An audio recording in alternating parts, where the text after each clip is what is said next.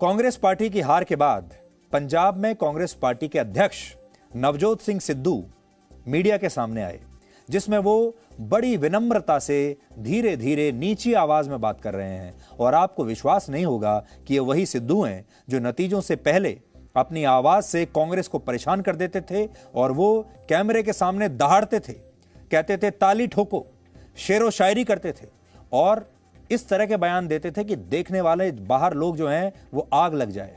लेकिन आज सिद्धू के तेवर कैसे हैं आप देखिए। सवाल कॉन्स्टेंसी ऑफ पर्पस का है, एक मकसद है, वो अडिग है, इट इज अनशेकेबल। और मकसद पंजाब का उत्थान है,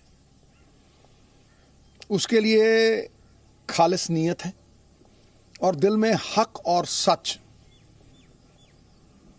की लड़ाई है पंजाब के लिए। इसे दुनिया में कोई हिला नहीं सकता, क्योंकि सच्चा इश्क हार जीत नफे नुकसान से बहुत परे है। यथार्थ के धरातल पे खड़े होके आत्ममंथन होना चाहिए। यह उम्मीद नहीं होनी चाहिए कि खेती सूख गई अब बारिश हो, नए बीज बोने पड़ेंगे,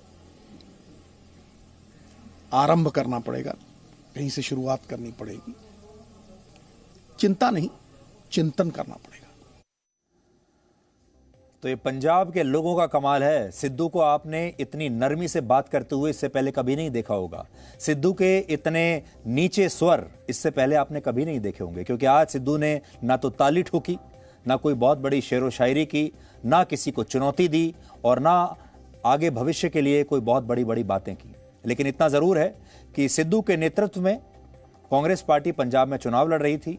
सिद्धू खुद हारे, चन्नी भी अपनी दोनों सीटें हार गए और कांग्रेस की भी बड़ी बुरी हालत हुई।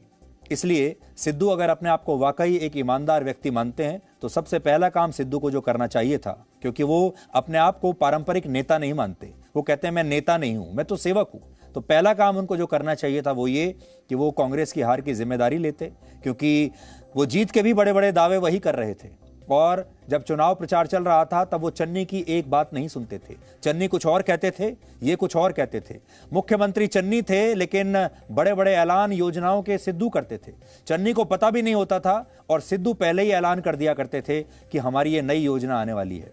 इसलिए सिद्धू की ये जिम्मेदारी बनती है कि वो पहले तो ये माने कि उस हार की जिम्मेदारी उनकी है, और दूसरी बात, तुरंत अध्यक्ष पद से अपना इस्तीफा दे दें।